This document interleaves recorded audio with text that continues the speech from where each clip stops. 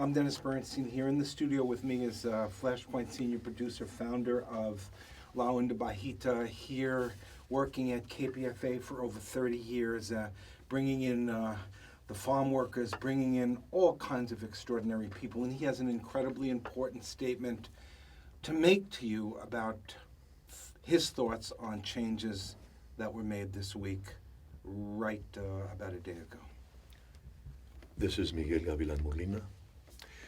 It has come to my attention that this past Wednesday, the same day that Pacifica's executive director was introducing the staff of KPFA to the 3 finalists for the manager's position, KPFA's outgoing interim manager was slashing and scattering the morning mix and removing it from the morning. Whose idea was it to make major changes that have put them in place by a manager in his last days at KPFA? Regardless of who decided this, what reason was there to rush it through with no prior notice to listeners, instead of waiting for the new manager to come in? The co-host of the Project Censored show, part of the Morning Mix on Friday mornings, were told by the interim general manager last week that they were preempted for the final week of the fund drive, but were moved to the 1 p.m. slot for that week only, and that no program changes would be implemented until a new general manager was in place. I ask, as a former child farm worker who toiled in the fields of misery and as a producer of Pacifica for over 30 years, who is running KPFA? Who is making decisions? And what do those people who are killing the morning mix think they are doing to the morale for our newest group of emerging producers? Once again, mostly white people are deciding for the entire KPFA community, mostly black and brown, how things are to be ran at KPFA. It is time to defend this station or lose it.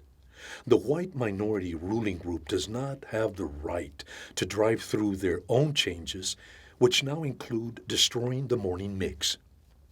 One of the morning mix crew members, Sabrina Jacobs, is now calling for support by the black, brown, Asian, and progressive white staff and community to rise up and support the morning mix. I quote our colleague, Sabrina Jacobs.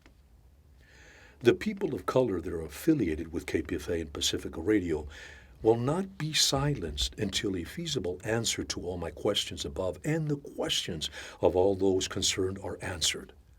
The world outside of this bubble that has been created where white supremacy reigns will cease to exist when the necessary changes are made and our demands to be treated equally are heard and executed post haste. Dr. Mark Seiper, a longtime generous supporter of KPFA and a longtime activist, said in a widely distributed statement, quote, "The stepping forward of minority programmers along with the rest of the mix staff can be a signal that this resistance is possible and this could lead to a much improved station and network," unquote. It's time to stand up and fight back for free speech radio, and long live the morning mix. This is Miguel Gavilan Molina, standing strong for free speech radio, KPFA Pacifica Network. Thank you, Miguel. Obviously, that's of grave concern to you and so many of us here in the station and in the Bay Area. So I really do thank you for taking the time to make it. And obviously, there's a lot more to say about this. A lot more, Dennis, and myself am getting inundated by people that are angry, upset, that transparency, inclusion, open door is no longer possible here. And within the staff, there's a lot of dissension. A lot of people are upset. We had that meeting, and we heard, by those in charge telling us that they didn't care about how we felt. And I heard later someone use the S word. I don't give a S, about what you all feel. That's outrageous that we're getting treated this way by those supposedly in charge. That culture of elite privilege has to come to an end. And I think we're seeing it here. We see a group of the morning mix, the newest, probably the most radical programmers at the station, getting just thrown out the window with no inclusion, no participation in decision-making process. Where's the democracy? All right, well, that's a question that's going to continue. There's going to be, I understand, a lot of dissension, a lot of folks are troubled, and a lot of people are talking to a lot of people around here. Again, I want to tell people you're listening to Flashpoints on Pacifica Radio. You made a statement today about what's going on at the station. This didn't happen suddenly. No. What's been happening here that would lead to this situation where they got rid of a program of a lot of producers without real notice, without any democratic, transparent process? What's happening here? Well, my sense is that this whole thing that happened now started almost a half a year ago, if not long time. There's this white power entrenched group here that refuses, they live in a bubble, and they feel that this is their station, and their vision is what they're trying to impose on us. The rest of us that are working class, labor, we come out of, communities of color, we've been struggling here to have this venue here. But I think it's threatening to that group of privileged folks in the station here that don't want to see the station adhering to the community, having to be accountable to the community. They want to turn this into an NPR, affiliate, where they don't have to be responsible to the community, and they can take funding from whatever.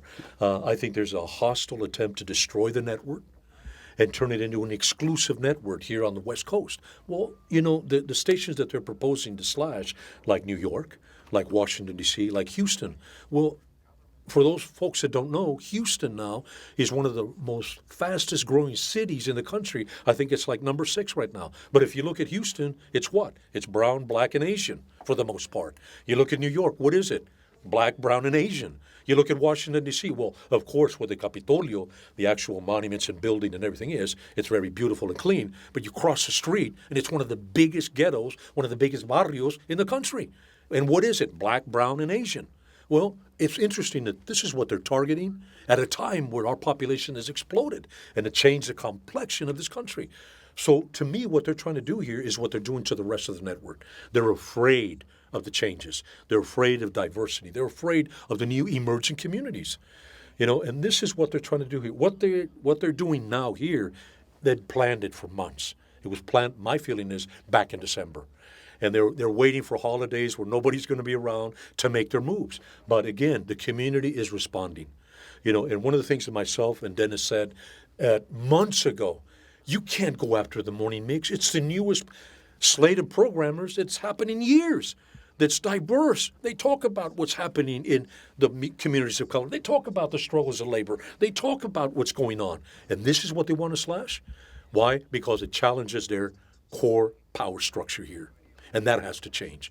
The days of white minority control are over. And that control, which is white, rich, and elite, doesn't include the rest of us. It's only for that privileged class. And the rest of us that have to work, the rest of us that have to be unemployed, have to struggle, don't know, what's going on here, what we do. What we know here is that those things have to change. So on Monday morning, there's going to be folks lining up here to have an informational picket line.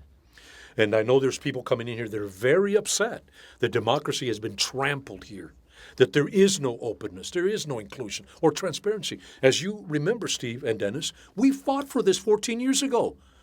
That was the big fight. Fight back, take back our station from that hostile attempt to destroy and take it over. Well, we're faced with the same individuals and the same situation here today.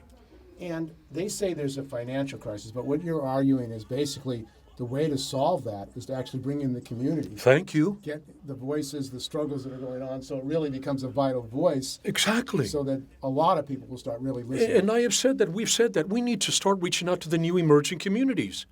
The Latino, the African American, the Asian community, the Arab American community have money. We need to reach out and start bringing them in here and do programming that reflects the changing, diverse communities in California. And that's what they're afraid of. So this Monday, there's going to be an informational picket line at 7 o'clock.